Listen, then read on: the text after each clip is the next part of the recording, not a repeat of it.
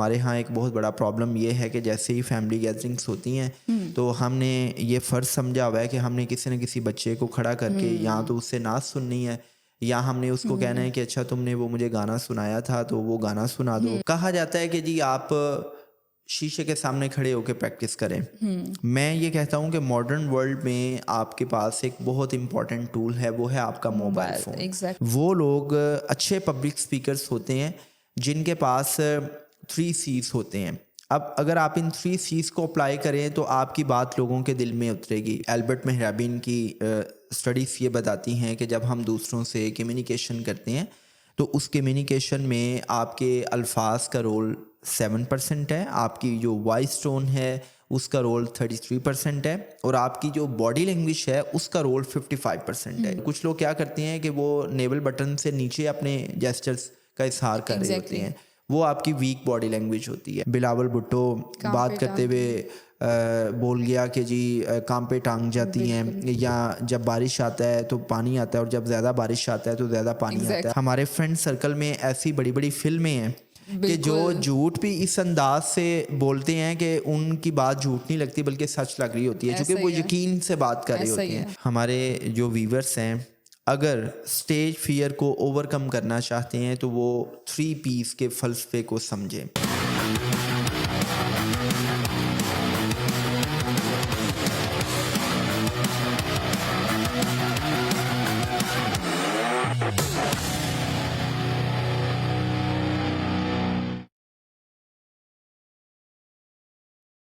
अस्सलाम वालेकुम एवरीबॉडी, मैं हूं आपकी होस्ट जवेरिया तारिक और आज का हमारा पॉडकास्ट है पब्लिक स्पीकिंग पे कि हम किस तरह से पब्लिक स्पीकिंग से अर्निंग कर सकते हैं और किस तरह से हम स्टेज के फियर को ओवरकम कर सकते हैं।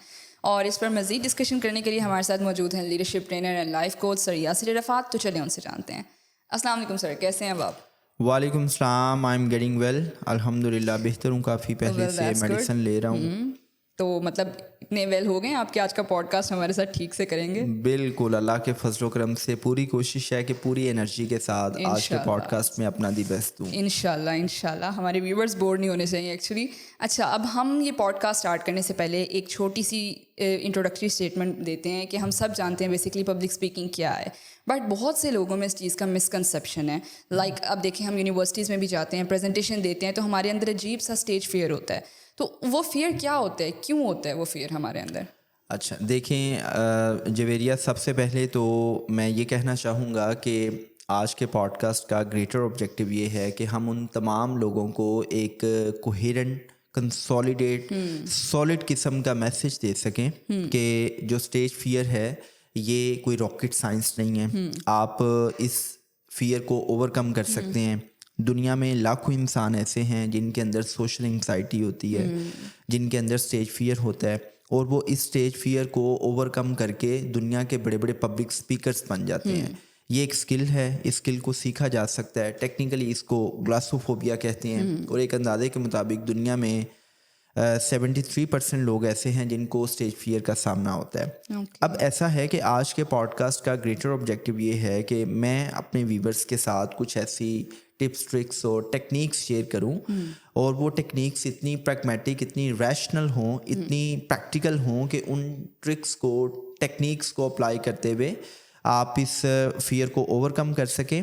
और I use to interact with so many professionals कि जिनके अंदर ये स्टेज फियर होने की वजह से वो अपने प्रोफेशनल लाइफ में अच्छे से परफॉर्म नहीं कर पाते, उनकी करियर प्रोग्रेशन नहीं हो पाती। क्यों? क्योंकि वो बहुत सी ऐसी अपॉर्चुनिटीज़ को मिस कर रहे होते हैं जिनमें कहीं ना कहीं पब्लिक स्पीकिंग इन्वॉल्व होती है। तो मैं रिक्वेस्ट यही करूँगा आपसे कि आप आज के पॉडकास्ट में थोड़ी सी एक तो एनर्जी लेके आएँ और दूसरे इस किस्म के क्वेश्चंस पूछें कि जो प्रोफेशनल्स की लाइफ में वैल्यू ऐड कर सकें और वो लोग जो इस स्किल में मास्टरी करना चाहते हैं तो उनकी हेल्प हो सके कि वो इस स्किल को कैसे मास्टर कर सकते हैं। सुबह सुबह जाग के मैं उम्मीद करती हूँ कि मेरा दिमाग अच्छे से काम कर जाए। अच्छा आप देखें हम इस फियर को ओवरकम कैसे कर सकते हैं, क्योंकि बहुत से लोग ट्राई करते हैं कि अच्छा यार मैं जाऊंगी बोलूंगी, बट देखें कई लोग तो ऐसे होते हैं वहाँ जाके बिल्कुल ब्लैंक हो जाते हैं, हमने बोलना ही नहीं है। तो Okay. किस तरह से हम इस फियर को ओवरकम कर सकते अच्छा, हैं? मैं ओवरकम पे तो बाद में बताऊंगा, लेकिन मेरे माइंड से तो स्किप हो गया चूँकि मैं तो इतना अभी बेहतर नहीं हूँ। अच्छा बोल रहे थे आप अभी। हाँ, वो असल में आपने मेरे से ये पूछा था कि स्टेज फियर होने की वजूहात क्या हैं बिल्कुल और फिर उसके साइंस क्या हैं, पता कैसे चलता है कि मुझे स्टेज फियर है। बिल्कुल जी। लेट्स सपोज ये जो हमारे सारे के सारे पॉडकास्ट होते हैं, इसमें हमारा जो शेर दिल बच्चा है उसामा इसकी सारी रिकॉर्डिंग्स करवाता है। तो बिल्कुल। Usama is a university student. Exactly. अब लेट्स सपोज उसामा को कॉल किया जाता है कि भाई Usama please come on the stage and share your insights on let's suppose this podcast कुछ भी शेयर कहते योर हैं इनसाइट्स ऑन पॉडकास्टिंग Exactly. या share your insights on Newton second law of motion, right? तो अब उसामा को जब स्टेज पे बुलाया गया, तो अगर उसामा स्टेज पे आ रहा है और उसकी कांपे टांक रही हैं, लेग्स शिवरिंग स्टार्ट हो गई है, उसके दिल की धड़कन तेज हो गई है, रेसिंग हार्ट है और माइंड फ्रीज हो गया है, आंखों के गिर्द अंधेरा छा गया, पता ही नहीं है कि क्या कहना है, क्या बात करनी है। इसी तरह जो स्टमक है वो ट्विस्ट करना स्टार्ट हो गया, जैसे पेट में मरोड़ उठ रहा है, राइट? बिल्कुल। और उसके जो पाम्स हैं वो स्वेटी हो गए हैं, पसीना आना शुरू हो गया है। तो ये सारे के सारे साइंस हैं कि भाई आप डरे हुए हैं, बिल्कुल ठीक है, आप स्टेज पर आने से कतरा रहे हैं, आप डर रहे हैं। तो ये स्टेज फियर की कुछ साइंस हैं। ठीक है। अब सवाल ये है कि ये आपके अंदर डेवलप कैसे हुआ? देखें, ये कोई एक फैक्टर नहीं है कि बच्चा पैदा हुआ और पैदा होते ही उसके अंदर स्टेज फियर आ गया। बिल्कुल देयर आर मल्टीपल फैक्टर्स। आप अपने बच्चों को रेस कैसे करते हैं, सोशो इकनॉमिक बैकग्राउंड क्या है, वालिदैन का बच्चों के साथ रवैया कैसा है, ये सारे के सारे फैक्टर्स हैं कि जो एक बच्चे को कॉन्फिडेंट बनाने में मददगार साबित होते हैं। अच्छा वालिदैन का बिहेवियर भी नहीं, ऑब्वियसली देखिए ना, वो पेरेंट्स के जो अपने बच्चों को ह्यूमिलिएट करते रहते हैं, जो बच्चों की तस्लील करते रहते हैं, जहाँ पे बच्चों के साथ इमोशनल बॉन्डिंग नहीं होती, जहाँ पे बच्चों को बात नहीं करने दी जाती, जहाँ पे बच्चों को शट अप कॉल दी जाती है, जहाँ पे बच्चे डोमेस्टिक वायलेंस को फेस करते हैं, जहाँ पे इंटीमेट पार्टनर वायलेंस होती है, तो उन घरों में रेस होने वाले बच्चे कभी भी कॉन्फिडेंट नहीं होते, राइट? तो जब एक बच्चे में बुनियादी कॉन्फिडेंस ही नहीं है तो वो ऑब्वियसली उसके अंदर इन्फ्योरिटी कॉम्प्लेक्स पैदा होगा, उसका सेल्फ इमेज बहुत पुअर होगा और उसकी सेल्फ इस्टीम ग्रो नहीं करेगी। तो ये सारे के सारे फैक्टर्स फिर क्या करते हैं, लैक ऑफ कॉन्फिडेंस का बायस बनते हैं और आपके अंदर फिर एक एहसास कमतरी भी आती है, सोशल एंग्जाइटी भी आती है। फिर इसकी एक वजह ये भी होती है कि लेट्स सपोज चाइल्डहुड में आपको स्टेज पे इनवाइट किया गया और जैसे ही आप स्टेज पर गए तो आपके जो क्लास फेलोज थे उन्होंने हूट किया, या आप फैमिली में बैठे हुए थे। तो हमारे यहाँ एक बहुत बड़ा प्रॉब्लम ये है कि जैसे ही फैमिली गैदरिंग्स होती हैं तो हमने ये फ़र्ज़ समझा हुआ है कि हमने किसी न किसी बच्चे को खड़ा करके या तो उससे नाच सुननी है, या हमने उसको कहना है कि अच्छा तुमने वो मुझे गाना सुनाया था तो वो गाना सुना दो, या हमने 2 का पहाड़ा लाजमी सुनना होता है, 2 का टेबल। तो जब हम किसी बच्चे को इस तरह फोर्सफुली कहते हैं कि भाई चलें खड़े होके आप मुझे सुना दो, तो वो बच्चा जब सुनाने की कोशिश करता है और इस दौरान अगर उसका माइंड फ्रीज कर जाए या वो अच्छे से ना सुना पाए तो उसकी नेगेटिव रीइंफोर्समेंट हो जाती है। या अगर उसके कज़न उसको हूट करें या क्लासरूम में उसके क्लास फेलो उसकी हूटिंग स्टार्ट कर दें, आवाज़ें कसना शुरू हो जाएं, या वो उस वक्त अच्छे से डिलीवर ना करे, तो उसकी जो नेगेटिव रीइंफोर्समेंट की वजह से उसको ये लगता है कि शायद वो ये काम कर ही नहीं सकता, वो स्टेज पर आकर बात कर ही नहीं सकता। तो वो जो चाइल्डहुड मेमोरीज हैं, वो जो एक बचपन में उसको छोटा सा ट्रॉमा मिलता है, वो ट्रॉमा उसकी सोच इस तरह पुख्ता कर देता है कि यार तुम पब्लिक स्पीकिंग वाले बंदे नहीं हो, और तुम्हारी उस वक्त जो बेइज्जती हुई थी वो छोटे पैमाने पे हुई थी। अब अगर तुम प्रोफेशनल लाइफ में अगर स्टेज पर आओगे तो जो लोग तुम पे हंसेंगे ना, तो फिर जो तुम्हारी इंसल्ट होगी, जो तुम्हें एम्बेरस फील करना पड़ेगा, उससे बेहतर है कि तुम स्टेज पे ना जाओ। तो जो आपकी रेजिंग है, जो चाइल्डहुड एक्सपीरियंसेस हैं, वो एक बहुत बड़ा नेगेटिव रोल प्ले करते हैं आपके अंदर स्टेज फियर को डेवलप करने का। सो मैं तमाम पेरेंट्स से यहाँ पे 2 रिक्वेस्ट करूँगा। ये तो मैंने सारी रीजंस बता दी। एक तो ये है कि आप अपने बच्चों को एतमाद दें। आप बच्चों को एतमाद देंगे तो आपके बच्चे के अंदर एतमाद पैदा होगा। बिल्कुल। सेकंड थिंग इज़ कि ये काम कभी भी मत करें कि कोई भी फैमिली में गैदरिंग हुई है तो आप ज़ोर ज़बरदस्ती फोर्सफुली बच्चे को कह रहे हैं कि जी फ़लाँ से सलाम लो, फ़लाँ से सलाम लो, और हम या तो बच्चे से किताब सुनना शुरू कर देते हैं या हम कहते हैं जी 2 का टेबल सुना दो या कोई सॉन्ग सुना दो। एंटरटेनमेंट का बाइस बना यस, तो देते हैं ये उसको। ज़रूरी नहीं है कि जी आप अपने बच्चे के कॉन्फिडेंस का इजहार सबके सामने कोई तकरीर करवा के या कलमा तैयबा सुनवा के करवाएंगे तो फिर बच्चे को सनद मिलेगी कि हाँ मेरा बच्चा कॉन्फिडेंस है, बल्कि आप इस काम के ज़रिए, इस एक्ट के ज़रिए उसके कॉन्फिडेंस को शैकल करते हैं। एग्जैक्टली। या अगर क्लास में अगर एक बच्चे के साथ इस किस्म का कोई एक्सपीरियंस हुआ है तो आप उस वक्त बच्चे की काउंसलिंग करें, आप उसको गाइड करें, आप उसको कोच करें कि इट्स पार्ट ऑफ लाइफ और ये कोई बड़ी बात नहीं है। और दुनिया में जितने भी बड़े बड़े पब्लिक स्पीकर्स हैं उनको कहीं ना कहीं इस किस्म की एम्बेरसमेंट का सामना होता है। बिल्कुल। It's not a big deal. तो ये कुछ फैक्टर्स हैं जिनकी वजह से आपके अंदर एक स्टेज फियर डेवलप हो बिल्कुल। जाता देखिए है। मतलब कितनी छोटी छोटी सी चीज़ें हैं जिनको हम अपनी डेली लाइफ में काउंट नहीं करते और वो आगे जाके आपकी पर्सनैलिटी को कितनी बुरी तरह इफेक्ट करती हैं। और बहुत प्रिवेलेंट सी सिचुएशन होती है जब सब लोग आपको देख रहे होते हैं और आप एम्बेरस होते हो, तो वो आई गेस एक चाइल्डहुड ट्रॉमा की फॉर्म है वो भी। बट चलें ये तो हो गया सब। अब हमें ये बताएं कि अगर ये फियर किसी में डेवलप हो जाए तो हम इसको किस तरह से ओवरकम करें। देखें जवेरिया, दुनिया में कोई भी काम ऐसा नहीं है कि जो नामुमकिन हो। बिल्कुल। जैसे वो मैं 8th क्लास में था तो मेरी ज़िंदगी की एक मिशन स्टेटमेंट थी। वो बेसिकली मेरी मिशन स्टेटमेंट नहीं थी, वो मोहम्मद अली जिन्ना मेरे आइडियल हैं इन सो मैनी वेज़। तो उनकी एक स्टेटमेंट, उनका एक कॉल था कि किरदार, मेहनत, जुर्रत और मुस्तकिल मिजाजी वो 4 अनासर हैं जो किसी भी नामुमकिन चीज़ को मुमकिन बना देते हैं। और नाकामी वो लफ्ज़ है जिसे मैं जानता तक नहीं। अब ये जो स्टेज फियर है, इस हवाले से भी मैं अपने सारे व्यूवर्स के साथ शेयर करता चलूँ कि दुनिया में कोई भी फियर नहीं होता। ये हमारी एक उस हवाले से मिसकंसेप्शन होती है। आपने भी एक जुमला सुना होगा कि डर के आगे जीत है। तो कोई भी जो चीज़ जिसका आपको फियर है, आप अगर उस फियर को तोड़ना चाहते हैं तो आप उस काम को करें। और इसको मैं कहता हूँ कि आप छोटे पैमाने पे स्टार्ट कर लें। लेट्स सपोज कि अगर आपके अंदर फियर है कि जी आप पब्लिक को फेस नहीं कर सकते, तो आप स्टार्ट में अपने जो क्लोज सर्कल है आप उनके सामने बातचीत करना स्टार्ट करें। आप अपनी फैमिली फ्रेंड्स के साथ, जो फैमिली मेम्बर्स हैं उनके साथ बात करना स्टार्ट करें। Exactly. आप क्लासरूम में देखते हैं कि कुछ दोस्त हैं आपके, आप उनके साथ बात करना स्टार्ट करें।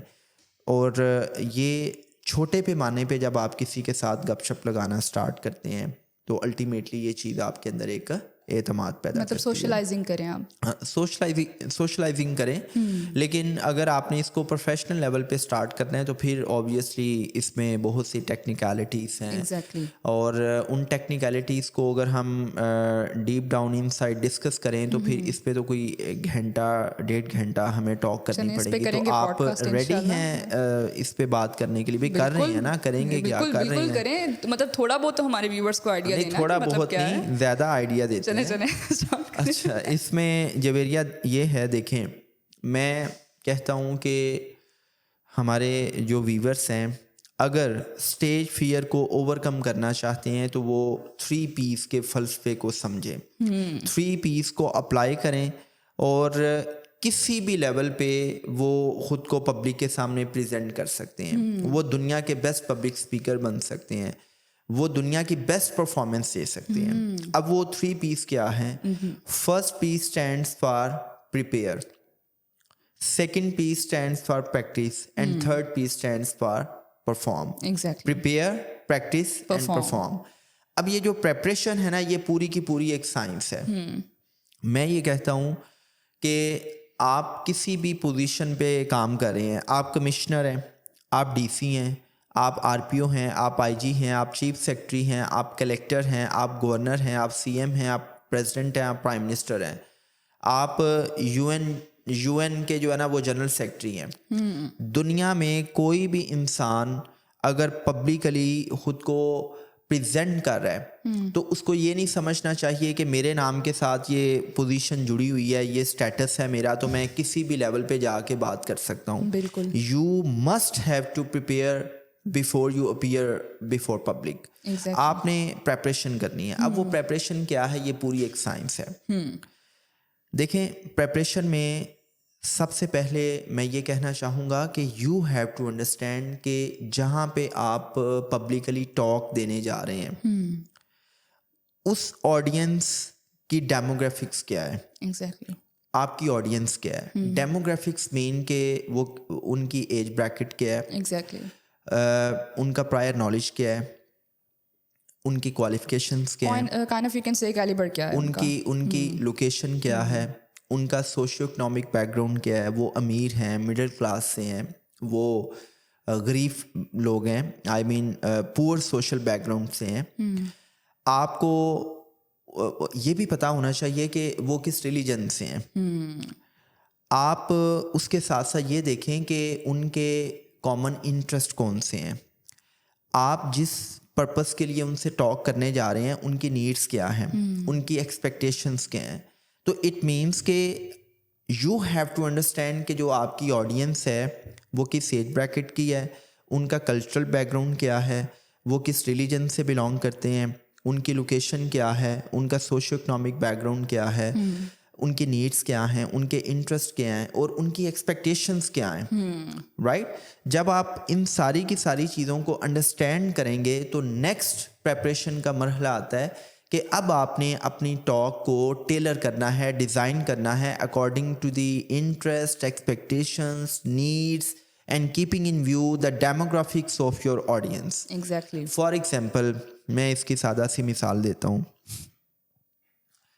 मुझे बात करनी है यूएन जनरल असम्बली में।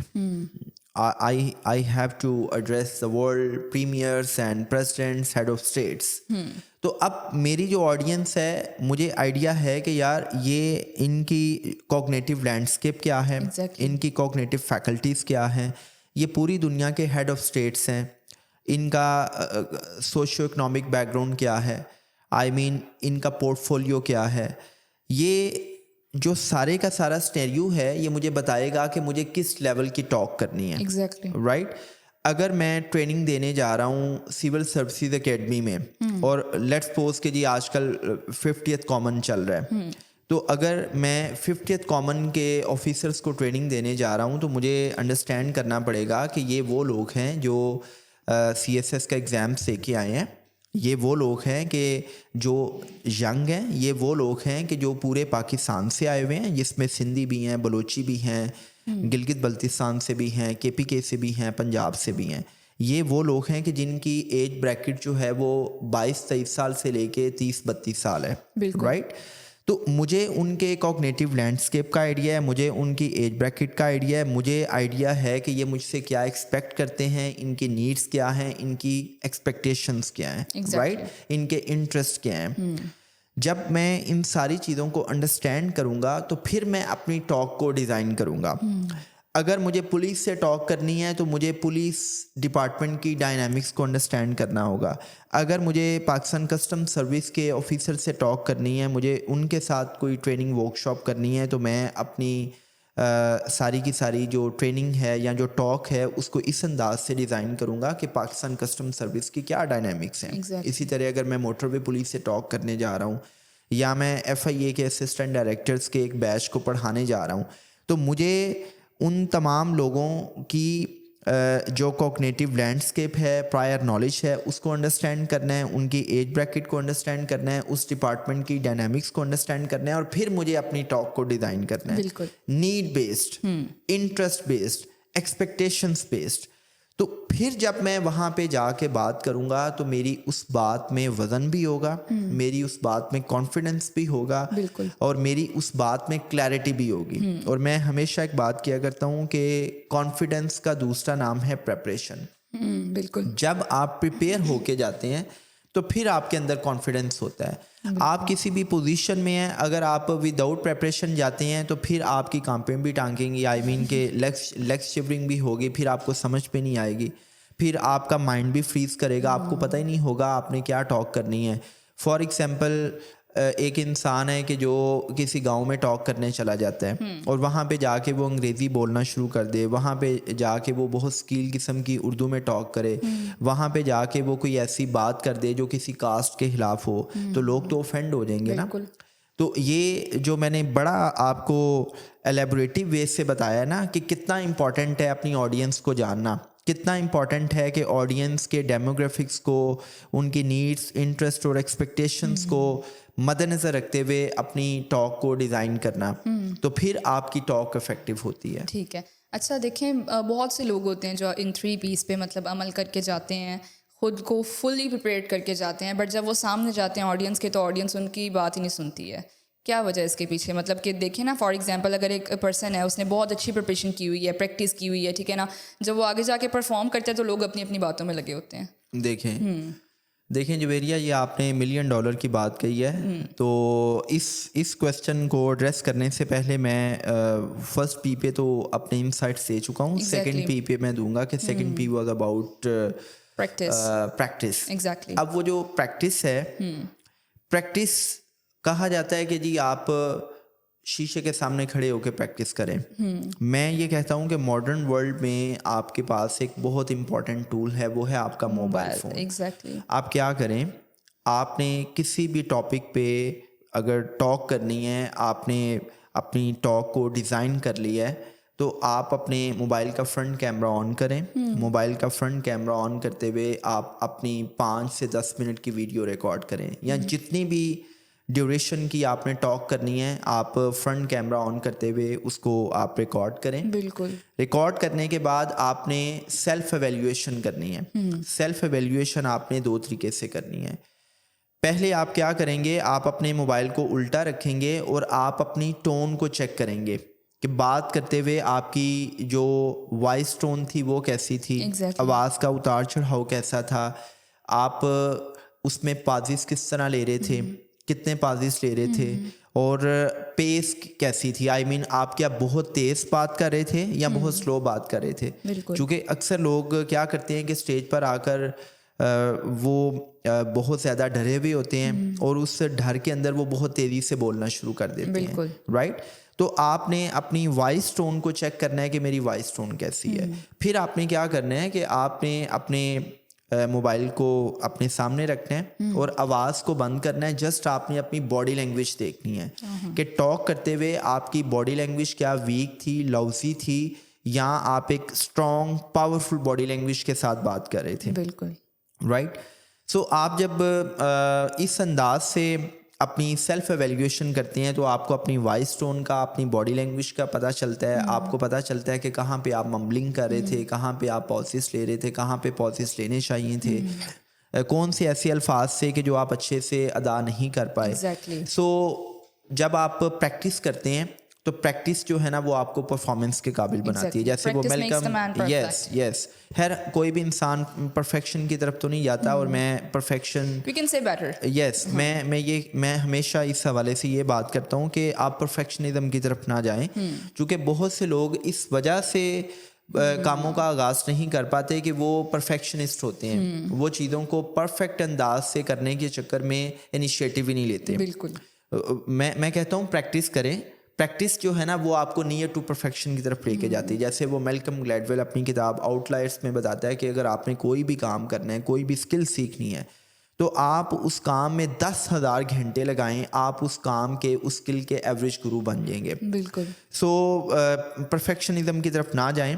बहुत से लोग इस वजह से जिम स्टार्ट नहीं करते कि वो कहते हैं कि जब तक मेरे पास नाइकी के जॉगर्स नहीं होंगे, जब तक मेरे पास कोई अप स्किल लेवल का जिम इंस्ट्रक्टर नहीं होगा, मैं जिम स्टार्ट नहीं करूँगा। जब तक मैं लाहौर रेस कोर्स पार्क में नहीं जाऊँगा, मैं वॉक स्टार्ट नहीं करूँगा, राइट। जब तक मेरे पास गाड़ी नहीं होगी, मैं सफ़र नहीं करूँगा। जब तक आई मीन मेरे पास, मैं किसी बहुत टॉप की यूनिवर्सिटी में एडमिशन नहीं ले सकता, मैं पढ़ाई नहीं स्टार्ट करूँगा, मैं हायर एजुकेशन की तरफ नहीं जाऊँगा, राइट।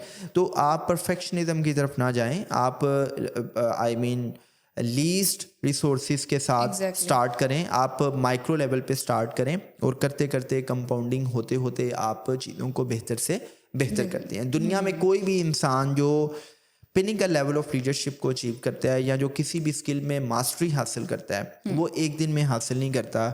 वो स्टार्ट में एक बिगनर होता है, वो बहुत सी मिस्टेक्स करता है, मिस्टेक्स करते करते वो अपनी मिस्टेक से सीखता है और एक टाइम आता है कि वो गुरु बन जाता है। एग्जैक्टली ऐसे ये देखिए फ्लॉलेस अच्छा, तो वो कोई भी नहीं आपने होता। जो क्वेश्चन पूछा था ना वो आप दोबारा पूछ ले, मेरे माइंड से स्किप हो गया है। सॉरी कि आपने एक क्वेश्चन पूछा था वो आप दोबारा पूछ ओके लें। मेरा बेसिकली क्वेश्चन आपसे ये था कि देखिए बहुत से लोग होते हैं, ठीक है ना, वेल प्रिपेयर्ड होके जाते हैं, बट जब वो ऑडियंस के सामने जाते हैं तो ऑडियंस उनकी बात इतनी मतवजह होकर नहीं सुन रही होती, तो उसके पीछे क्या वजह है? अच्छा, आप पब्लिक को एंगेज क्यों नहीं कर सकते हो? ओके ओके ओके, वेरी, ये $1 मिलियन की बात कही Thank है, you. लेकिन आपको $1 भी नहीं मिल सकता क्योंकि डॉलर पहले ही बहुत महंगा है। देख लें फिर, Right. देख रहे हैं आप।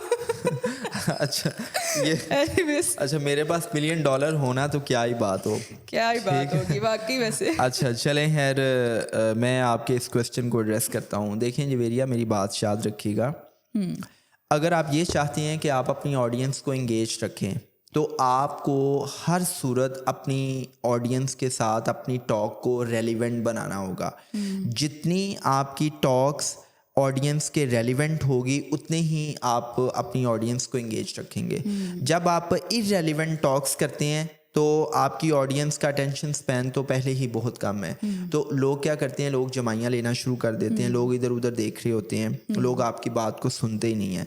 तो इसमें there are so many ways and means कि आपने अपनी ऑडियंस को कैसे कनेक्ट रखना है। उसमें आप एक तो उनके साथ इंटरैक्टिव टॉक्स करते हैं, आप कोई ना कोई स्टोरी सुनाते हैं, आप कोई ना कोई रिडल पूछ लेते हैं, कोई आप ऐसी यूनिक सी बात पूछ लेते हैं, कोई वियर्ड किस्म का क्वेश्चन कर लेते हैं कि जिससे आपकी ऑडियंस जो है वो आपके साथ कनेक्ट रहती है। लेकिन इसमें जो बॉटम लाइन है वो ये है कि आपका जो कंटेंट है, आपकी जो टॉक है वो ऑडियंस के रेलिवेंट होनी चाहिए। लेट्स सपोज कि अगर मैं पढ़ाने गया हूँ असिस्टेंट कमिश्नर्स को, तो वहाँ पे मैं उनकी जॉब के रिलेटेड या उनकी लाइफ डायनामिक्स पर बात करने के बजाय मैं बातें शुरू कर दूँ पुलिस सर्विस की, तो वो मैं रिलेट नहीं कर पाऊँगा। मुझे एसीज़ की प्रोफेशनल लाइफ की डायनामिक्स को डिस्कस करते हुए चीज़ों को उनकी जो जेडी है उसके साथ रिलेट करना है। जब मैं उनके साथ रिलेट करूँगा तो फिर मेरी बात में वजन आएगा। इसी तरह अगर मैं यूनिवर्सिटी स्टूडेंट से बात करने गया हूँ और वहाँ पे मैं यूथ के माइंडसेट को अंडरस्टैंड करते हुए अगर उनके लाइफ चैलेंजेस को, ज़िंदगी के मसाइल को रिलेट कर रहा हूँ तो फिर मेरी टॉक इफेक्टिव होगी, फिर वो मेरी बात भी सुनेंगे, फिर वो एंगेज भी होंगे। लेकिन अगर मैं उनके मसाइल, उनकी नीड्स, एक्सपेक्टेशंस को अंडरस्टैंड किए हुए मैं इधर उधर की हाँकता रहूँ या मैं बच्चों वाली बातें शुरू कर दूँ या मैं बहुत मैक्रो लेवल की बातें शुरू कर दूँ जो कि मुझे प्रोफेशनल्स के साथ करनी है, तो फिर क्या होगा, फिर वो लोग बोर होंगे। राइट। लेकिन इसमें मैं एक बड़ी ही इंपॉर्टेंट टिप शेयर करता हूँ और ये टिप इतनी इम्पॉर्टेंट है कि अगर पब्लिक स्पीकर्स इस चीज़ को समझ जाएं तो उनकी जो पब्लिक स्पीकिंग की स्किल है वो बहुत बेहतर हो सकती है। कि आप जब भी स्टेज पर जाएं, जब भी आप स्टेज पर जाएं तो कभी भी आप लोगों के चेहरों की तरफ ना देखें कि लोग आपको कैसे रिस्पॉन्ड कर रहे हैं। देखें 80-20 रूल अप्लाई होता है हर जगह पे। 20% ऑडियंस ऐसी होगी कि जो आपको बड़ी दिलजमी से, बड़ी दिलचस्पी से सुन रही होगी, वो आप में इंटरेस्टेड होंगे कि यार ये जो बंदा स्टेज पर आया है आखिर ये क्या बात करेगा। और 80% ऐसे लोग होंगे कि जो कहीं ना कहीं दूसरी जगह पे पहुंचे हुए होंगे, राइट, वही बात, यस, या वो आप में इंटरेस्ट शो नहीं करेंगे, वो अपनी बॉडी लैंग्वेज से आपको बताएंगे कि they are not interested in listening you, right. उनकी बॉडी लैंग्वेज ऐसे होगी, वो गॉसिप्स कर रहे होंगे। आपने कभी भी उन लोगों की तरफ देखना ही नहीं है कि जो आप में इंटरेस्ट नहीं ले रहे। अगर आप उन लोगों की तरफ देखेंगे तो आपका जो मोरल है वो शैकल हो जाएगा। आप समझेंगे कि यार लोग तो मुझे सुन ही नहीं रहे, तो आप अपने कॉन्फिडेंस को लूज करेंगे।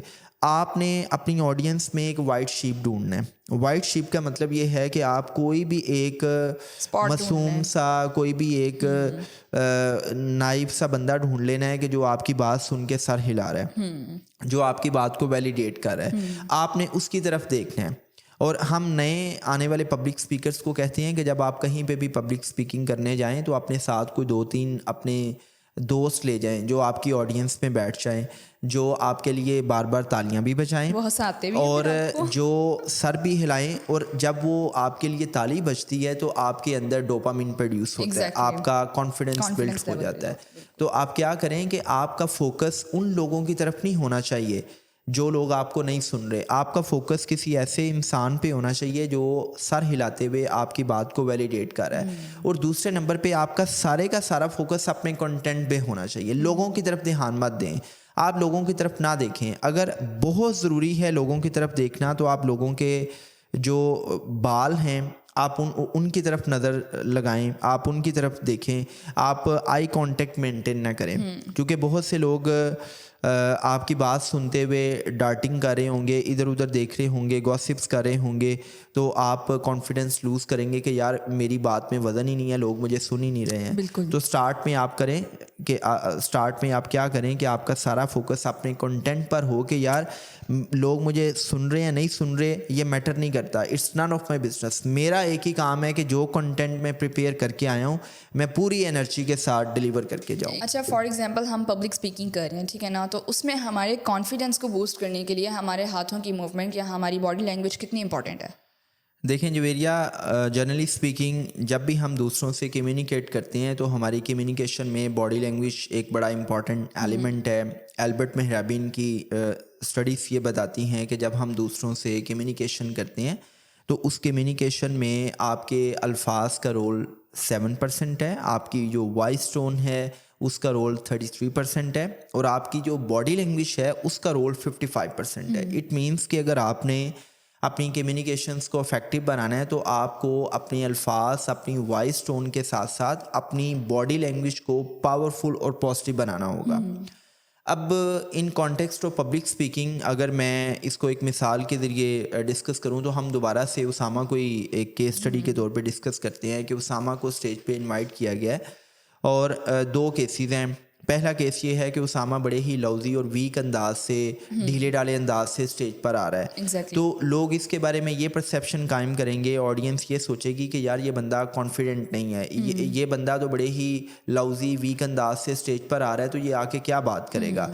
तो वो जो हम कहते हैं ना कि first impression is the last impression. Exactly. तो जब भी आप पब्लिक के सामने अपीयर होते हैं तो एक अंदाजे के मुताबिक लोग 5 सेकंड में, एक अंदाजे के मुताबिक लोग 30 सेकंड्स में आपके बारे में एक इम्प्रेशन कायम करते हैं कि ये बंदा कैसे टॉक करेगा। दूसरा केस ये है कि उसामा बड़े ही कॉन्फिडेंस के साथ, पावरफुल और पॉजिटिव बॉडी लैंग्वेज के साथ स्टेज पर अपीयर होता है, और अगर डाइस है, अगर पोडियम है स्टेज पर, तो ये बड़े ही कॉन्फिडेंस के साथ उसको होल्ड करता है। और जब आप पूरे तमाम तरीके से डाइस को, पोडियम को होल्ड करते हैं तो ये चीज़ आपके फ़ियर को कम करती है, जिसको हम टैंक राइडिंग कहते हैं। कि अगर आपको फ़ियर फील हो रहा है एंड इट्स वेरी नेचुरल कि आपके दिल की धड़कन तेज़ हो रही होती है, पाम्स में स्वेटिंग स्टार्ट हो रही हो जाती है, तो आप जब आके टैंक राइडिंग करते हैं, पोडियम को, डाइस को पकड़ते हैं, तो आपके अंदर एक कॉन्फिडेंस बिल्ड होता है। लेकिन उसके लिए मोस्ट इम्पॉर्टेंट एलिमेंट है कि जब आप स्टेज पर अपीयर हों तो आपकी जो बॉडी लैंग्वेज है वो स्ट्रॉन्ग और पावरफुल हो। आप दुनिया के बड़े बड़े पब्लिक स्पीकर्स को देखेंगे कि जब उनको स्टेज पर इनवाइट किया जाता है तो वो बड़े ही कॉन्फिडेंस के साथ स्टेज पर अपीयर होते हैं। साइकोलॉजी ये कहती है कि जिस तरह माइंड बॉडी को कंट्रोल करता है इस तरह बॉडी भी माइंड को कंट्रोल करती है। अब जब आपको स्टेज पर इनवाइट किया जाता है तो स्टेज फियर की वजह से आपकी बॉडी में कॉर्टिसोल प्रोड्यूस हो रहा होता है। कॉर्टिसोल वो केमिकल है, वो हार्मोन है कि जो आपके अंदर स्ट्रेस पैदा करता है। जब आपको स्ट्रेस मिलता है तो जो ब्लड फ्लो है वो सारे का सारा दिल की तरफ चला जाता है, और दिल की आवाज़ डू डू डू इस तरह आपको लग रहा होता है कि जैसे पता नहीं क्या हो जाएगा। क्यों? क्योंकि माइंड आपके ये सिग्नल्स देता है कि भाई दिल की धड़कन तेज़ हो गई है, ब्लड फ्लो जो है वो सारे का सारा दिल की तरफ जाना चाहिए। और फिर क्या होता है कि स्टमक से भी ब्लड दिल की तरफ जाता है और स्टमक में ट्विचिंग स्टार्ट हो जाती है, राइट। और आपको ऐसे लगता है कि जैसे पता नहीं मेरे पेट में क्या होना शुरू हो गया है। और आपकी टांगों से भी ब्लड फ्लो जो है वो हार्ट की तरफ जाता है, तो टांगें भी कांपना शुरू हो जाती हैं, राइट। तो मतलब ये कुछ बायोलॉजिकल रिस्पॉन्सेस होते हैं। अब आपने इन बायोलॉजिकल रिस्पॉन्सेस को कंट्रोल कैसे करना होता है, इसको कंट्रोल करने के लिए आपकी बॉडी लैंग्वेज बड़ी पावरफुल होनी चाहिए। आप बड़े ही कॉन्फिडेंस के साथ स्टेज पे जाएं, और इस पे वो एमी कैडी की रिसर्च बताती है, she has written in her book, कि जब आप कॉन्फिडेंस के साथ स्टेज पर अपीयर होते हैं तो आपकी बॉडी में टेस्टोस्टेरोन हार्मोन की प्रोडक्शन तेज़ हो जाती है। जैसे ही टेस्टोस्टेरोन की हार्मोन की जो प्रोडक्शन है वो तेज़ होती है तो कॉर्टिसोल लेवल 15% डिक्रीज हो जाता है, और वो जो टेस्टोस्टेरोन है उसकी प्रोडक्शन 25% बढ़ जाती है, और आपका कॉन्फिडेंस बूस्ट हो जाता है। बिल्कुल। तो एक तो ये है कि जब आप स्टेज पर जाएं तो आप पावरफुल बॉडी लैंग्वेज के साथ जाएं, और जाते ही आप क्या करें कि अगर पोडियम वहाँ पर मौजूद है तो आप पोडियम को, डाइस को आप स्ट्रांगली होल्ड करें, और जब आप उसको होल्ड करते हैं तो आप सेटल डाउन हो जाते हैं, ठीक है, राइट। ठीक और है। उसके साथ साथ मैं ये कहूँगा कि जाते ही आप क्या करें कि आप बड़े ही स्ट्रॉन्ग अंदाज से अपने पोस्चर को बेहतर रखें। आई मीन के वो लोग के जो एक टांग पे खड़े होते हैं, वो लोग जो विंग स्टैंडिंग करते हैं, आई मीन कमर को हाथ रख के बिल्कुल। खड़े हो गए, या इवनली अपने वेट को दोनों फीट पर डिस्ट्रीब्यूट नहीं करते, तो उनको अर्थ से भी एनर्जी नहीं मिलती। अगर आप ये चाहते हैं कि आपको उस वक्त ज़मीन से एनर्जी मिले तो आप बड़े ही स्ट्रॉन्गली अपने दोनों पाँव को ज़मीन पे फैलाएं, और आप इवनली अपने वेट को डिस्ट्रीब्यूट करें। जब आप इवनली अपने वेट को डिस्ट्रीब्यूट करते हैं तो आपको ज़मीन से भी एनर्जी मिलती है, बिल्कुल। राइट, और उससे आपके अंदर कॉन्फिडेंस आता है। इसी तरह आपकी जो हैंड जेस्चर्स हैं वो बहुत स्ट्रांग होने चाहिए। Exactly. आप अगर बात कर रहे हैं, आपके सामने डाइस या पोडियम नहीं है, तो आप क्या करें कि आप मर्कल राउट्स या पावर ट्राइंगल बनाते हुए बात करें, और आपके जो हैंड जेस्चर्स हैं it should be align with your shoulders. Exactly. I mean कुछ लोग क्या करते हैं कि वो मर्कल राउट कहते किसी हैं, मैं थोड़ा सा इसको भी Exactly, इलैबोरेट करूँ। sure. देखें, जब आप अपने हाथों को इस अंदाज से पोजीशन करते हैं तो इस अंदाज से पोजीशन करने को हम कहते हैं पावर ट्राइंगल या मर्कल राउट। Exactly. दुनिया के जितने भी बड़े बड़े लीडर्स हैं, जितने भी पब्लिक स्पीकर्स हैं, आपने देखा है कि वो जब भी बात करते हैं तो वो क्या करते हैं, अपने हाथों को इस अंदाज से पोजीशन करते हैं, और वो इस अंदाज से फिर अपने हैंड जेस्चर्स को कैरी कर रहे होते हैं, राइट। और जब आपने अपने हैंड जेस्चर्स को कैरी करना है तो it shouldn't be below the naval. कुछ लोग क्या करते हैं कि वो नेवल बटन से नीचे अपने जेस्चर्स का इजहार कर रहे होते हैं, वो आपकी वीक बॉडी लैंग्वेज होती है। आपने अगर एक स्ट्रॉन्ग मैसेज देना है, अगर आपने स्पेल बाउंड टॉक करनी है, तो स्पेल बाउंड टॉक के लिए आपने क्या करना है कि आपने अपने हैंड जेस्चर्स को अलाइन करना है अपने शोल्डर्स के साथ। आई मीन इस अंदाज से आप बात कर रहे हो।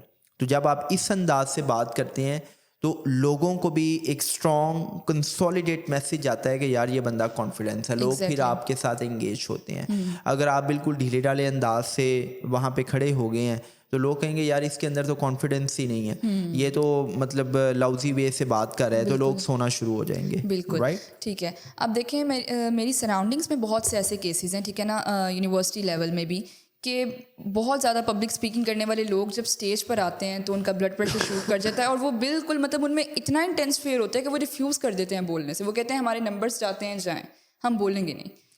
तो अच्छा, इस चीज़ को हम किस तरह से ओवरकम करें? अच्छा, ये मैं आपको 2 से 3 टिप्स देता हूँ, बड़ी इंपॉर्टेंट टिप्स हैं, और इन टिप्स को मैं अपनी कोचेस को अप्लाई करवाता हूँ और उनको बहुत अच्छे इसके रिजल्ट्स मिलते हैं। देखें, जब आपको स्टेज पे बुलाया जाता है, अगर आपके दिल की धड़कन तेज़ हो रही है, माइंड फ्रीज हो गया है, आप के पाम्स में स्वेटिंग स्टार्ट हो गई हैं, पेट में दर्द शुरू हो गया है, इट्स वेरी नेचुरल, राइट।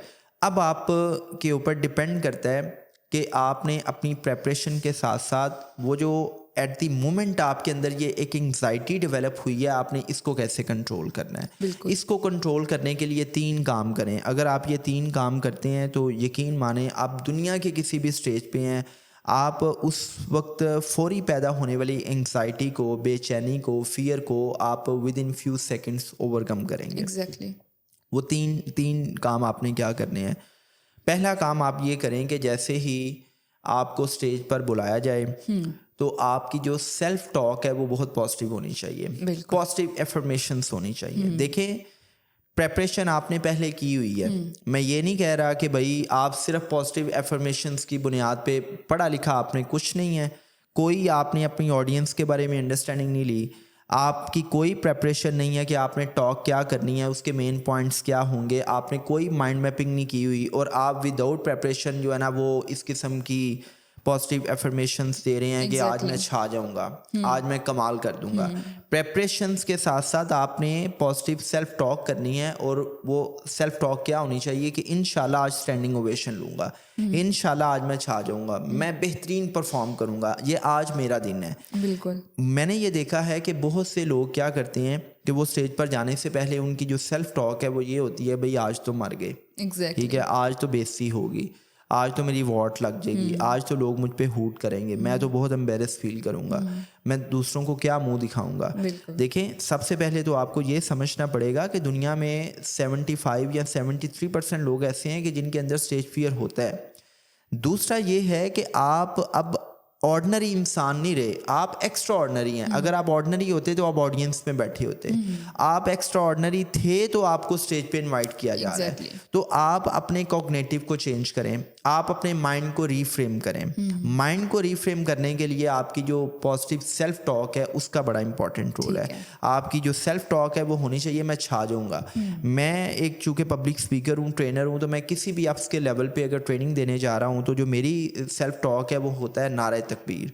मैं जब भी मतलब किसी भी स्टेज पे अपीयर होने लगूं तो या मैं बोलता हूँ नारा तकबीर, अल्लाहु अकबर, या मैं ये कहता हूँ कि इंशाल्लाह ये अजीम इंसान बेहतरीन परफॉर्म करेगा, राइट। तो अब बेसिकली ये जो वर्ड्स है ना, अजीम इंसान बेहतरीन परफॉर्म करेगा, साइकोलॉजी ये कहती है कि अल्फाज का भी जादू होता है। बिल्कुल। ये कन्वर्सेशनल हिप्नोसिस है कि अल्फाज किस तरह हमारे माइंड को फ्रेम करते हैं, किस तरह हमारी बॉडी में पॉजिटिव केमिकल्स प्रोड्यूस करने का बायस बनते हैं। अगर मैं नेगेटिव सेल्फ टॉक करूं, मुझसे नहीं होगा, तो क्या होगा कि मेरा स्ट्रेस लेवल बढ़ेगा, कॉर्टिसोल प्रोड्यूस होगा, राइट।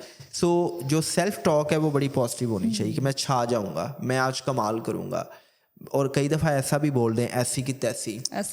मेरी ऑडियंस में लेट्स सपोज अगर आप एक स्टूडेंट हैं और आपकी ऑडियंस में वीसी साहब बैठे हुए हैं, एचओडीज बैठे हुए हैं, या आप किसी भी जगह पे हैं और आप देखते हैं कि जी कमिश्नर साहब बैठे हैं, डीसी साहब बैठे हैं, सीएम या प्राइम मिनिस्टर बैठे हुए हैं, तो होता ही है ना, आपके माइंड में होता है यार इतने बड़े बड़े लोग बैठे हुए हैं। और भाई उस वक्त आप बड़े हैं, उस वक्त आप बड़े हैं, वो लोग आपकी ऑडियंस में बैठे हुए हैं और आपको सुनने के लिए बैठे हुए हैं। उस वक्त अगर प्राइम मिनिस्टर भी बैठे हुए हैं तो वो ऑडियंस में आप स्पीकर हैं, you are the superior, right. तो आप ये भी कह सकते हैं कि देखी जाएगी ऐसी की तैसी। बहुत से ब्यूरोक्रेट्स हैं या कुछ लोग कॉर्पोरेट सेक्टर से हैं, तो वो कहते हैं कि यार हम जब अपने जूनियर्स के साथ बात करते हैं या हम उनके साथ मीटिंग करते हैं तो हम बड़े कॉन्फिडेंट होते हैं, लेकिन जैसे ही हम बॉस के साथ मीटिंग करते हैं या बॉस बैठे हुए हों, लेट्स सपोज कि जी एक डीआईजी हैं, वो कहते हैं कि जब आईजी साहब बैठे होते हैं ना तो फिर बात नहीं होती, लेकिन जब मैं एसपीज के साथ या एसएचओस के साथ टॉक कर रहा हूँ तो फिर मैं बड़ा कॉन्फिडेंट होता हूँ।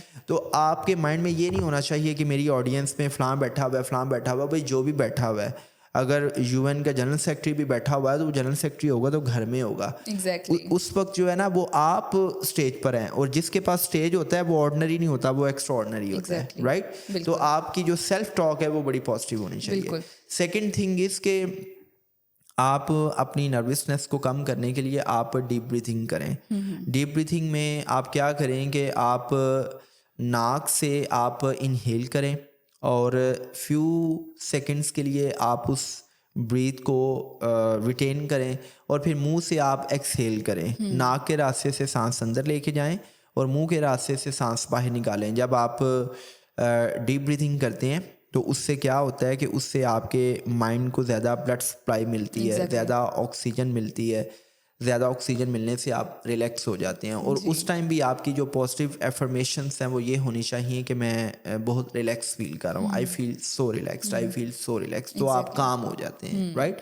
तो डीप ब्रीथिंग करना बड़ा इंपॉर्टेंट है कि जैसे ही आपका नाम बुलाया जाए तो आप क्या करें कि 2 से 3 दफ़ा लंबी लंबी सांसें जो हैं वो आप लें और आप मुंह के रास्ते से उसको एक्सहेल करें। तीसरी चीज़ जो है जवेरिया, वो है $1 मिलियन की, और वो है कि आप पॉजिटिवली विजुअलाइज करें। देखें जो इंसानी दिमाग है इसका कोई दिमाग नहीं। इंसानी दिमाग रियल में और विजुअलाइजेशन में कोई फ़र्क नहीं कर सकता। मैं अगर अभी आपसे ये कहूँ ना कि जवेरिया आपके सामने मटन चैम्स पड़ी हुई हैं और आपने ऊपर लेमन स्क्यूज़ करके उनको खाना है, तो आपके मुंह, आप थोड़ा सा इसको ज़रा विजुअलाइज करें, आपके मुंह में पानी आएगा? नहीं आ रहा। नहीं आ रहा, आना भी नहीं है क्योंकि आपने विजुअलाइज भी नहीं किया है मैंने। ठीक है, लेकिन ये है कि फिर आपका जो इंट्यूशन है वो वीक है। लेकिन कोई भी नॉर्मल इंसान जो है वो नहीं, थोड़ा सा I'm not that fond of food, तो इसलिए आई गेस। ओके चलें, खैर आप नहीं है, लेकिन अगर मुझे आप कहें ना कि मेरे मज़े की इधर वो चैम्स पड़ी हुई हैं, लेमन स्क्यूज़ करना है, साथ मिंट सॉस पड़ी हुई है, तो अल्टीमेटली मैं थोड़ा सा उसको विजुअलाइज करूंगा। और अगर आपको भूख लगी है तो वो फौरी इट्स ये वजह हो सकती है कि मुझे भूख नहीं लग रही, राइट। तो उसमें जवेरिया ऐसा होता है कि जो हमारा माइंड है वो रियल में और विजुअलाइजेशन में फ़र्क महसूस नहीं करता। तो आप स्टेज पर जाने से पहले ही आप आंखें बंद करके विजुअलाइज करें कि आप स्टेज पर गए हैं, लोगों ने आपके लिए क्लैपिंग की है, लोग आपको स्टैंडिंग ओवेशन दे रहे हैं, आप इतने कॉन्फिडेंस के साथ, जुर्रत और जज्बे के साथ टॉक कर रहे हैं कि लोग जो है ना वो दीवाने हो गए हैं आपके। आपने स्पेल बाउंड टॉक्स किए हैं और ऐसा स्पेल आपने लोगों पे डाला है कि लोग आपकी बातों में इतने महव हो गए हैं, इतने ट्रांस में चले गए हैं कि लोग आपके लिए क्लैपिंग करते जा रहे हैं। तो आपने पॉजिटिवली विजुअलाइज करना है। तो ये विजुअलाइजेशन की एक बहुत बड़ी पावर है। मैं जब भी कहीं पे भी टॉक देने जाता हूँ तो मैं क्या करता हूँ कि मैं विजुअलाइज कर लेता हूँ। कई दफ़ा ऐसा होता है कि मैं कहीं पे ट्रेनिंग देने जा रहा हूँ तो मुझे वो ट्रेनिंग हॉल पहले दिखा देते हैं, आई मीन वो मुझे वेन्यू दिखा देते हैं, चूँकि मैंने जो लॉजिस्टिक्स हैं उसको भी देखना होता है कि भाई मुझे मल्टीमीडिया चाहिए, मल्टीमीडिया की क्या फैसिलिटी है, अगर मैंने ऑडियो विजुअल कुछ एक्टिविटीज़ करवानी है तो मुझे उसके लिए क्या क्या चीज़ें चाहिए। तो वो जो लोग ट्रेनिंग करवाते हैं ऑर्गेनाइजर्स, वो मुझे वो सारा वेन्यू दिखा देते हैं। अब मैं क्या करता हूँ, मैं उसको विजुअलाइज करता हूँ कि ये वेन्यू है, मैं इस अंदाज से गया, मैंने जो है वो आइस ब्रेकिंग इस अंदाज से की, मैंने ये एक्टिविटीज़ करवाई हैं, इस तरह मुझे लोग रिस्पॉन्ड कर रहे हैं, इस तरह वो इंटरैक्टिवली क्वेश्चंस पूछ रहे हैं। तो आप वो सारी की सारी जो पॉजिटिव विजुअलाइजेशन है वो जब करते हैं तो उससे भी आपको पॉजिटिव इम्पैक्ट पड़ता है। ठीक है। अच्छा सर यासिर, आप तो पब्लिक स्पीकर हैं, तो आप हमें ये बताएं कि आपकी अपनी लाइफ में कोई ऐसा पर्सनल एक्सपीरियंस हो कि लाइक आपको कभी क्रिटिसिज्म का सामना करना पड़ा हो? देखें जवेरिया, चाइल्डहुड मेमोरीज़ में ऐसी कुछ हैं एक्सपीरियंसेस कि आप स्टेज पर गए और वो क्लास फेलोज थोड़ा सा आपको हूट भी करते हैं, जॉक्स कर रहे होते हैं और आप उनको देखते हुए मुस्कुरा देते हैं, और वो टीचर्स की तरफ से आपकी सरसनश होती है कि भई आपको स्टेज पे इनवाइट किया गया और आप दांत निकाल रहे थे, आप हंस रहे थे। तो मैंने कभी उन चीज़ों को इतना सीरियस नहीं लिया, but as far as my professional career is concern तो अल्हम्दुलिल्लाह एज ए सेड अर्लियर के आपने स्टेज पे जाना है तो आपको प्रिपेयर होके जाना है। तो मैं कहीं पे भी स्टेज अपीयरेंस दूँ तो मैं उसकी फुल प्रेपरेशन करता हूँ, और अगर मैंने किसी जगह पे ट्रेनिंग देनी हो तो मेरी जो रिसर्च है वो अप टू द मिनट होती है। मेरी कोशिश होती है कि मैं उस लेवल पे प्रेपरेशन करके जाऊँ, बिकॉज आई बिलीव कि जब आप किसी भी जगह पे टॉक देते हैं तो ये रब की ज़ात का आपके ऊपर एक करम होता है कि अल्लाह की ज़ात आपको चुनती है कि आप स्टेज पे आके अपनी बातों से लोगों को इन्फ्लुएंस करें। और हम ये जो पब्लिक स्पीकर्स हैं, ये ट्रेनर्स हैं, ये अल्लाह की एक ख़ास अनायत होती है हम पे कि हम अपनी बातों को बेच के पैसा कमाते हैं। देखें ना, किसी की जेब से पैसा निकलवाना कितनी मुश्किल बात है, और हम लोग करते तो बातें ही हैं ना। आई मीन अगर हम किसी को स्किल भी सिखा रहे हैं तो वो स्किल हम बातों के ज़रिए सिखा रहे हैं। तो बातों को बेच के पैसा कमाना कोई आसान काम नहीं है, लेकिन उसके लिए आप प्रिपेयर होके जाएं। कुछ लोग क्या करते हैं कि वो ओवर कॉन्फिडेंट होते हैं, वो समझते हैं कि उनके नाम के साथ ये टाइटल जुड़ा हुआ है, वो CEO हैं, वो IG हैं, वो चीफ सेक्रेटरी हैं, तो वो किसी भी लेवल पे जाके बात करेंगे तो वो कर सकते हैं। ऐसा नहीं होता। मैंने पहले बताया कि आपने अगर पब्लिकली टॉक करनी है तो प्रेपरेशन मस्ट है। आप अपनी प्रेपरेशन के साथ जब स्टेज पे जाएंगे तो आपको कभी भी सुक्की महसूस नहीं होगी, आप एम्बेरस नहीं होंगे। लेकिन कुछ लोग ओवर कॉन्फिडेंस में स्टेज पर चले तो जाते हैं, या उनको बड़ा शौक होता है फ़ोटो सेशन करवाने का, लेकिन जब वो अच्छे से डिलीवर नहीं कर पाते, माइंड फ्रीज हो गया, कोई ऐसी गलत बात कह दी या स्लिप टंग हो गया, तो आपको पता है कि पाकिस्तान में बहुत से पॉलिटिशियंस हैं कि वो बात करते हुए स्लिप टंग हो जाता है, और वो स्लिप टंग पे फिर वो कई मीम्स बनती हैं, जैसे वो बिलावल भुट्टो बात करते हुए बोल गया कि जी काम पे टांग जाती हैं, या जब बारिश आता है तो पानी आता है और जब ज़्यादा बारिश आता है तो ज़्यादा पानी आता है। अब देखे ना, उनको नहीं पता था कि वो क्या बात कर रहे हैं, क्लैरिटी नहीं थी, राइट? तो आई ऑलवेज बिलीव कि आप प्रिपेयर होके जाएं। तो preparation is the most important की कि आप कॉन्फिडेंस के साथ स्टेज पर अपीयर हों। अच्छा, ये तो ठीक है। आप देखें कि कुछ लोग ऐसे होते हैं जो कि बात करते हैं तो उनकी बात फ़ौरन दिल में उतर जाती है, और कुछ लोग ऐसे होते हैं कि उनका पॉइंट वैलिड होता है बट उनकी बात का कोई असर नहीं होता। तो हमें कोई ऐसी टिप दें कि हम अपनी बात में तासीर पैदा कर सकें। अच्छा, so in a nutshell you wanted to ask कि हम अपनी बात में तासीर कैसे पैदा करें कि आपकी बात लोगों के दिल में उतर जाए। Exactly. वो मुझे याद पड़ता है, मैं फर्स्ट ईयर में था तो मेरा एक क्लास फेलो मेरे साथ बैठा हुआ था, तो उसने मेरी किताब पे एक शेर लिखा। वो शेर मुझे आज भी याद है। No, he is a doctor and a civil servant, I think doctor Adil. अगर वो सुन रहा है तो भाई तुम्हें अभी इस वक्त मैं याद कर रहा हूँ। तो उसने शेर मुझे जो लिख के दिया वो मुझे याद है अभी तक कि क्या शेर था। वो एक बात कही थी उसने, वो एक बात कही थी उसने, बात तो याद नहीं, याद है लहजा उसका। वाह वाह, ओके। तो आई मीन के जब आप दूसरों से कम्युनिकेट करते हैं तो आप अल्फाज कम्युनिकेट नहीं करते, आप अपने लहजे भी कम्युनिकेट करते हैं। आप बात कम्युनिकेट नहीं करते, आप अपने इमोशंस भी कम्युनिकेट करते हैं। आपने देखा है कि जो बड़े बड़े मुबल्लिग हैं, बड़े बड़े जो मुकर्रर हैं, वो इस अंदाज से बात करती हैं कि लोगों के जज्बात जो हैं वो जाग जाते हैं। वो अपनी टॉक्स में हाई इमोटिव वैल्यू देते हैं। Exactly. या आपने देखा है कि ये जो स्टेज एक्टर्स होते हैं ये इस किस्म के अल्फाज यूज़ करते हैं कि लोग हंस भी देते हैं और लोग उनकी बातों से रोना भी शुरू कर देते हैं। या बहुत से ऐसे उलमाए कराम हैं कि जो बात इस अंदाज से करते हैं कि लोग धाड़े मार मार के रोना शुरू कर देते हैं। तो बेसिकली आप अल्फाज नहीं कम्युनिकेट करते, आप अपने लहजे कम्युनिकेट करते हैं, आप अपने इमोशंस को कम्युनिकेट करते हैं। तो मैं हमेशा एक बात किया करता हूँ कि वो लोग अच्छे पब्लिक स्पीकर्स होते हैं जिनके पास 3 C's होते हैं। अब अगर आप इन 3 C's को अप्लाई करें तो आपकी बात लोगों के दिल में उतरेगी। वो 3 C's क्या हैं? First C stands for confidence, कि आप जब बात कम्युनिकेट करें तो आप में कॉन्फिडेंस नज़र आना चाहिए, आपके अल्फाज में कॉन्फिडेंस नज़र आना चाहिए। अगर आप अल्फाज कन्वे करते हुए कॉन्फिडेंट नहीं है और आपको खुद यकीन नहीं है कि जो आप बात कह रहे हैं वो ठीक है या गलत है, तो इट मीन्स कि आप लोगों को भी कॉन्फिडेंस डिलीवर नहीं कर रहे। आप बात को इस अंदाज से, इस यकीन के साथ कन्वे करें कि लोगों को यकीन हो जाए कि हाँ यार इसकी बात ठीक है। उसमें आप डेटा यूज़ कर सकते हैं।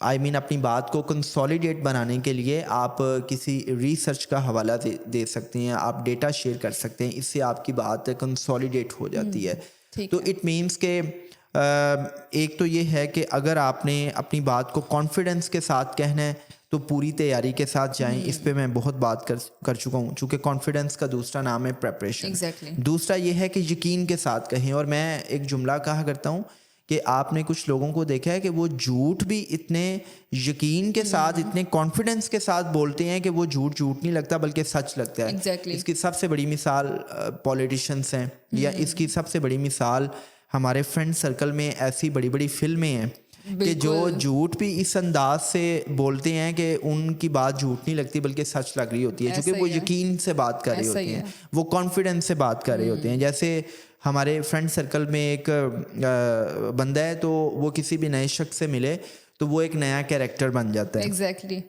और वो ऐसी कहानी घटता है, he makes a cocks and bull story, कि जो नया आने वाला शख्स है वो उस पर यकीन कर लेता है। कभी वो डिप्रेशन का मरीज बन जाता है, कभी वो लेपालक बच्चा बन जाता है, कभी वो कोई ऐसी कहानी, और लोग जो है वो उस पर तरस खाना शुरू कर देते हैं। तो आई मीन आप जब बात करें तो यकीन के साथ करें। दूसरा ये है जवेरिया के second C stands for clarity, कि आप क्लैरिटी के साथ बात करें। अगर आप बात करें और आपको खुद नहीं पता आप क्या बात कर रहे हैं तो आप खुद भी कंफ्यूज होंगे और आप लोगों को भी कंफ्यूज करेंगे और आपकी बात में तासीर भी नहीं आएगी। क्लैरिटी उस वक्त आती है जब आप सच बोलते हैं। जो इंसान झूठ गढ़ने की कोशिश करता है, कहानियों को प्लॉट करने की कोशिश करता है, वो कंफ्यूज हो जाएगा। सो कोशिश करें कि क्लैरिटी के लिए आप हकाइक पर, सच पर मबनी बात करें और आपके पास प्रॉपर रिसर्च हो। जैसा मैंने पिछले दिनों आपके साथ पॉडकास्ट किया था और उस पर मैंने स्टूडेंट्स को एक टिप दी थी कि आप रिचर्ड फाइनमैन की टेक्निक अप्लाई करें। और वो टेक्निक ये थी कि आप किसी भी चीज़ को प्रिपेयर करते हैं तो आप उस चीज़ को खुद एक्सप्लेन करें, एक टीचर के तौर पे, एक इंस्ट्रक्टर के तौर पे एक्सप्लेन करें। और अगर आप एक 12 साला इंसान को, अगर आप उस चीज़ को एक बच्चे को कन्वे कर पाते हैं तो इट मीन्स कि आपको उस चीज़ की अंडरस्टैंडिंग है। अगर आप एक बच्चे को वो चीज़ नहीं समझा पाते तो इट मीन्स कि अभी आप खुद कंफ्यूज हैं। तो कोशिश ये करें कि अगर आप कहीं पे भी पब्लिकली टॉक देने जा रहे हैं तो जो मैसेज आपने कन्वे करना है वो आप इतना सिंप्लीफाई बना लें, इतना उसको सादा और आसान फहम खुद भी समझ लें और दूसरों को भी समझाने के काबिल हो जाएं कि लोग आपकी बात को अच्छे अंदाज से समझ सकें। And the last C stands for control. You must have strong control on your nerves and emotions. आप कोई ऐसी बात ना कर जाएं कि जिससे लोग ऑफेंड हो जाएं। आप किसी को पिन पॉइंट ना करें, आप किसी को टारगेट करके बात ना करें, आपकी जो बॉडी लैंग्वेज है वो भी अग्रेसिव ना हो, बल्कि आपकी बॉडी लैंग्वेज में असर्टिवनेस नज़र आए, पॉजिटिविटी नज़र आए। तो ये 3 C's जब आप अप्लाई करते हैं तो फिर के आपकी बात में तासीर आती है। ओके सर, ये तो हो गया ना 3 C's, ठीक है ना। बट आप देखें कि ये बताएं कि कंटेंट ज़्यादा इंपॉर्टेंट है हमारा या उसकी डिलीवरी? दोनों इम्पॉर्टेंट हैं, इसमें तो कोई शक नहीं है। ज़्यादा इम्पॉर्टेंट क्या है? देखें, अगर आपका कंटेंट इम्पॉर्टेंट है और आपकी डिलीवरी अच्छी नहीं है तो आई डोंट थिंक सो कि लोग असर अंदाज होंगे। देखें जवेरिया, मैं आपसे ये पहले कह चुका हूँ कि ये दोनों चीज़ें पैरेलल चलती हैं। आप की अगर डिलीवरी बहुत अच्छी है और आप इररेलेवेंट कंटेंट ऑडियंस के साथ शेयर कर रहे हैं तो आप कभी भी ऑडियंस को एंगेज नहीं करेंगे। ये दोनों चीज़ें पैरेलल चलती हैं। जो मैंने इतनी बातें कही हैं कि नो योर ऑडियंस, तो वो किस लिए कही हैं कि आपने अपना कंटेंट अपनी ऑडियंस के रेलिवेंट प्रिपेयर करना है। और डिलीवरी, अगर आप बहुत कुछ प्रिपेयर करके आ गए हैं तो आप अगर उसको डिलीवर नहीं कर पाए तो आपकी प्रिपरेशन का क्या फ़ायदा। इस पे मैं ये ना एक बड़ी इंपॉर्टेंट टिप ऑडियंस के साथ शेयर करता हूँ कि बहुत से लोग ऐसे हैं कि जो बड़ी अच्छी प्रिपरेशन करके आते हैं और डिलीवरी के दौरान उनको कोई बात भूल जाती है तो अब वो अपना कॉन्फिडेंस लूज़ कर जाते हैं। तो मैं उनसे ये कहूँगा कि देखें, जो भी आप प्रिपरेशन करके आए हैं उस प्रिपरेशन का आपको इल्म है, आपकी ऑडियंस को नहीं पता। आपकी ऑडियंस को तो नहीं ना पता कि भाई ये बंदा बात भूल गया है। तो आप बजाय इसके कि ये सोचने के मैं फ़लाँ बात भूल गया हूँ और आप अपने कॉन्फिडेंस को लूज़ कर जाएँ, आप क्या करें, आप नई बात कर लें। ज़रूरी नहीं है कि आपने वही बात करनी है, क्योंकि इस बात का इल्म सिर्फ आपको है, आपकी ऑडियंस को नहीं है। तो ये दोनों चीज़ें पैरेलल चलती हैं। आपकी डिलीवरी भी होनी चाहिए। मैं इसकी एक मिसाल देता हूँ। आपको पता है कि दुनिया में इतने बड़े बड़े रिसर्चर्स हैं, PhD स्कॉलर्स हैं कि जिन्होंने कई कई साल तक जो है वो रिसर्च की हैं, उन्होंने कई कई किताबें लिखी हैं, लेकिन उनके अंदर एक स्टेज फियर है और वो स्टेज फियर की वजह से पब्लिक को अपनी रिसर्च का जो क्रक्स है या जो फाइंडिंग्स हैं, अपने इनसाइट्स हैं, वो शेयर नहीं करते और वो गुमनामी की मौत मर जाते हैं। लेकिन कुछ पब्लिक स्पीकर्स क्या करते हैं कि उनकी रिसर्च को, उनके डेटा को उठा के लोगों तक शेयर करते हैं और वो हीरो बन जाते हैं। जैसे एक बहुत बड़ी एनवायरनमेंटलिस्ट हैं, उसने क्या किया कि क्लाइमेट चेंज की कॉन्फ्रेंस में उसने क्लाइमेट चेंज पे जितनी भी रिसर्चेस थी उनको इकट्ठा किया और अपनी स्पीच प्रिपेयर की और उसने ग्लोबल लेवल पे क्लाइमेट चेंज कॉन्फ्रेंस में उसने एक बड़ी मुदल्लल तकरीर की और वो दुनिया की हीरो बन गई और अब उसको दुनिया के डिफरेंट क्लाइमेट चेंज के फोरम्स पे इनवाइट किया जाता है। अब देखें, रिसर्चर कोई और है और आपने क्या किया कि आपने उस रिसर्च का हवाला देते हुए बात को अच्छे अंदाज से कन्वे कर दिया, राइट। तो अच्छा कम्युनिकेटर होना और स्टेज फियर को ओवरकम करते हुए अपनी बात को अच्छे से डिलीवर कर देना, it's a skill and it can be mastered. Thank you so much sir. और आज का पॉडकास्ट हम क्लोज करते हैं। आपने इतनी इन्फॉर्मेटिव बातें हमारे साथ की हैं, हमें बहुत अच्छा लगा है। आई होप सो कि हमारे व्यूअर्स को भी इस चीज़ का अंदाज़ा हुआ हो कि जो हमारी पब्लिक स्पीकिंग है उसमें सारी स्किल्स कितनी इंपॉर्टेंट हैं। बट आप जाने से पहले अगर अपने व्यूअर्स को कुछ कहना चाहते हैं तो यू मोर देन वेलकम। अस्सलाम वालेकुम। अच्छा भाई, बात ये है कि मैं आपके साथ एक छोटा सा मैसेज पॉडकास्ट के लास्ट में शेयर करूँगा कि अगर आपको स्टेज फियर का सामना है तो आपने घबराना नहीं, आपने परेशान नहीं होना। दुनिया में 75% लोग ऐसे हैं जो स्टेज फियर को फेस करते हैं, और उनमें कुछ लोग ऐसे हैं कि जो इस स्टेज फियर को ओवरकम करते हुए पब्लिक स्पीकिंग इंडस्ट्री का, ट्रेनिंग इंडस्ट्री का, मोटिवेशनल स्पीकिंग इंडस्ट्री का हिस्सा बनते हैं। और आपके साथ में ये शेयर करता चलूँ कि जो पब्लिक स्पीकिंग इंडस्ट्री है वर्ल्ड वाइड ग्लोबली इसकी वर्थ $43 बिलियन है, राइट। सो आप भी इस इंडस्ट्री का हिस्सा बन के आप पैसा कमा सकते हैं, आप इसमें शोहरत कमा सकते हैं, इज़्ज़त कमा सकते हैं। अब अगर आपको स्टेज फियर का सामना है तो कुछ सीधा टिप्स और ट्रिक्स आपके साथ शेयर करता हूँ। एक तो 3 P's को फॉलो करें कि कहीं पे भी आपने परफॉर्म करना है तो आप प्रेपरेशन करें। प्रेपरेशन के बाद आप उसकी रिहर्सल करें, उसकी प्रैक्टिस करें, और प्रैक्टिस करने के बाद आप परफॉर्म करें। अब प्रेपरेशन में आपने क्या करना है, आपने अपनी ऑडियंस के बारे में जानना है कि आपकी ऑडियंस कौन है, उनकी डेमोग्राफिक्स क्या है, एज क्या है, उनका नॉलेज क्या है, प्रायर नॉलेज क्या है, उनकी क्या एक्सपेक्टेशंस हैं, उनकी नीड्स क्या हैं, उनके इंटरेस्ट क्या हैं। प्रेपरेशन के बाद आप अपनी टॉक को डिज़ाइन करें, टेलर करें, और आप वहाँ पे जाके डिलीवर करें। जब आप डिलीवर करने जाएंगे आपकी बॉडी लैंग्वेज बड़ी पावरफुल होनी चाहिए। अगर आपको at the moment anxiety feel हो रही है, आप नर्वस हो रहे हैं, आप पॉजिटिव सेल्फ टॉक करें, आप पॉजिटिवली विजुअलाइज करें कि आप बेहतरीन तरीके से परफॉर्म कर रहे हैं, और आप डीप ब्रीथिंग करें। जब आप स्टेज पर आएँ अच्छे से अपनी ऑडियंस को ग्रीट करें। और इस तरह अगर आपने स्पेल बाउंड टॉक करनी है तो उसके लिए आप 3 C's को फॉलो करें। और 3 C's में first C stands for confidence, कि कोई भी बात करनी है तो पूरे यकीन के साथ करें। Second C stands for clear, कि जो आप बात कर रहे हैं आपको भी उसके बारे में क्लैरिटी हो, और वही क्लैरिटी आप अपनी ऑडियंस के साथ कम्युनिकेट करें। And the last C stands for control, कि आपको अपनी नर्व्स पे, अपने इमोशंस पे कंट्रोल हो। तो मैं आप सबके लिए दुआ गो हूँ कि आप इस स्किल को मास्टर करें और अपनी प्रोफेशनल लाइफ में ग्रो करें। आपकी करियर प्रोग्रेशन में ये स्किल एक बड़ी वैल्यू ऐड करती है। आप सब जिंदाबाद और पाकिस्तान पाइंदाबाद। Thank you.